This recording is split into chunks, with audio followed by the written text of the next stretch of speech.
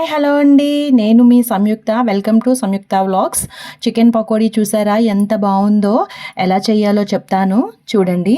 First అయితే నేను ఒక హాఫ్ కేజీ చికెన్ తీసుకున్నానండి. శుభ్రంగా వాష్ చేసేసుకోండి. నీట్గా క్లీన్ చేసేసుకున్న తర్వాత దానికి సరిపడా ఒక 2 టేబుల్ స్పూన్స్ సాల్ట్ వేసుకోండి.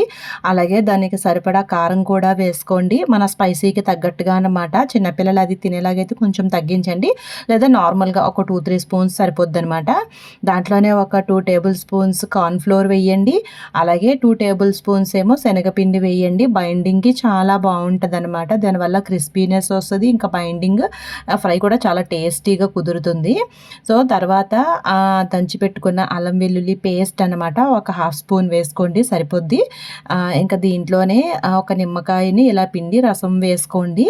ఇంకా వీటన్నింటినీ బాగా మిక్స్ చేసేసుకోండి. ఈ మసాలాలు ఇవన్నీ కూడా ఈ చికెన్కి బాగా పట్టేలాగా మిక్స్ చేసేసుకొని ఒక 1 అవర్ పాటు అలా పక్కన పెట్టేసుకోండి. అవసరమైతేనే వాటర్ కలపండి, లేదంటే అస్సలు వాటర్ కలపకుండా చేసుకున్నా సరే పకోడీ చాలా టేస్టీగా ఉంటుందన్నమాట. సో ఇలా కలిపేసుకుని ఉంచుకోండి. ఒక 1 అవర్ పాటు పక్కన పెట్టేసుకోండి. దానివల్ల శుభ్రంగా మసాలాలు అవన్నీ దానికి బాగా పడతాయి. ఇప్పుడు ఏంటంటే డీప్ ఫ్రై కోసమని ఆయిల్ పెట్టండి. ఆయిల్ బాగా హీట్ అవ్వనివ్వండి. బాగా హీట్ అయిన తర్వాత అప్పుడు చక్కగా పకోడీలాగా వేసేసుకోవడమే మన చికెన్ని. వేసిన వెంటనే కలపకండి.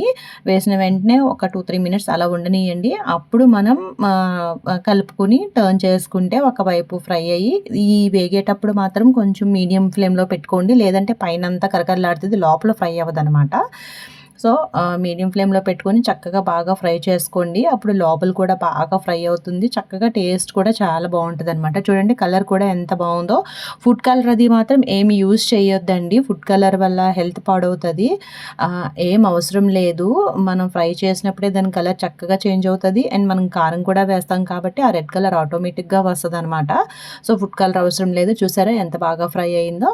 సో ఇప్పుడు మనం పక్కకి తీసేసుకోవచ్చు. మనకి సర్వింగ్ ఇంకా రెడీగా ఉన్నట్లే అనమాట. ఇంకా దీంట్లోనే గార్నిషింగ్ అండ్ టేస్ట్ కూడా పచ్చిమిరపకాయలు, కరివేపాకు కూడా ఫ్రై చేసేసుకొని వేసేసుకుంటే ఇంకా రెడీ అనమాట. Super and tasty healthy food. Healthy అంటే ఆయిల్ ఫుడ్ కాబట్టి మనం ఎప్పుడూ చేసుకోం కదా, జస్ట్ అప్పుడప్పుడే కాబట్టి పర్వాలేదు. సో పిల్లలు కూడా ఇష్టంగా తింటారు. మన స్నాక్ ఐటెం లాగా తింటారు పిల్లలు. సో ట్రై చేయండి. మీకు ఎలా అనిపించిందో నాకు కామెంట్ చేయండి. సో ప్లీజ్ సబ్స్క్రైబ్ చేసి నాకు సపోర్ట్ చేయండి. సో నేను డైలీ వ్లాగ్స్ కూడా స్టార్ట్ చేయాలనుకుంటున్నానండి. సో ప్లీజ్ సపోర్ట్ చేయండి. లైక్, షేర్, సబ్స్క్రైబ్ చేయండి. Thank you so much.